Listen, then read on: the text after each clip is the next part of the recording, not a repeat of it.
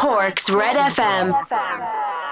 When you're announcing the squad, 3-4 weeks before we play Australia, which is 5-6 weeks before we play New Zealand, then 5 or 6 weeks before we play Australia, a player Paul's calibre you don't write off until you actually have to. And so with the nature of his injury or his health, then there is a chance he'll get back, so we'll give him every chance to do that. But we do have a contingency plan in place should he not be able to make it. South Africa, Australia, when we played them in November, they had bangs and knocks. They didn't complain about it. We've no intention of complaining about it now, and that's also why we've been building up a squad, because if you don't have depth in your squad, then you're going to be found out when it comes to the latter end of the competitions. Declan, given the way that Munster were talking about Paul O'Connell's injury, it was a bit of a surprise that he was included. I know you don't like normally doing this, but do you have any idea percentage-wise what chances he has of making the tour? He has, he was under treatment where they expected an improvement after maybe about 2 weeks, which we're just at the coming into that 2 week period now. So he's showing some signs of improvement.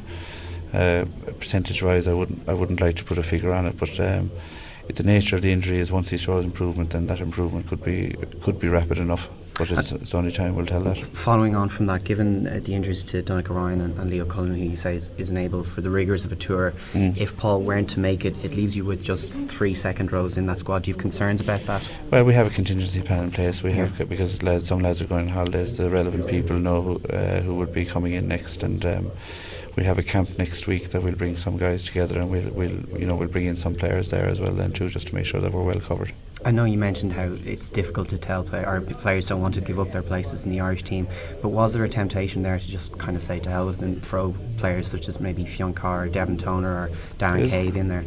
There's a lot of guys there that would be, that I would like to see playing, but when you're playing the number 1 and 3 ranked teams in the world, you need to get a balance of experience in your side, because it's unfair if you throw 15 new guys into a team, then they're not going to learn things in the way that they need to learn them, and it's going to set them back even more. So we've tried to get that balance right between bringing through a few younger guys and at the same time representing the green jersey properly in matches. And when you asked me about the finance of the thing earlier, this is why the plan earlier on in the year was why some players didn't play in the earlier rounds of the Magners League matches, so that they would be fit to play in these matches now. So in the same way as the lads who were going on tour were a lot of the lads who didn't play rounds 1 and 2 of the Magners League, the lads who played in those matches are probably now on holiday, and these lads go on and play a few more matches. Just lastly from me, Les Kiss spoke about it just a couple of minutes ago.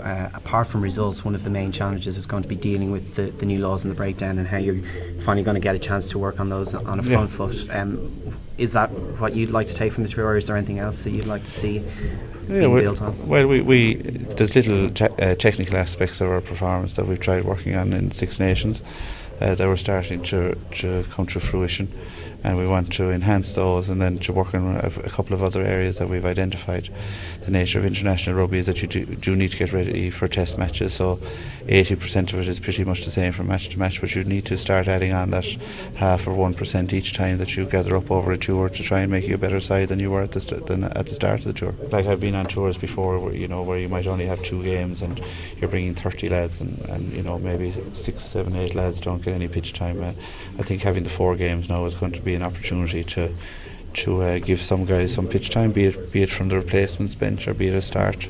We'll just wait and see how they train, because you're not just going to hand out a green jersey to anybody. That would be showing disrespect to all the people who went in it before us.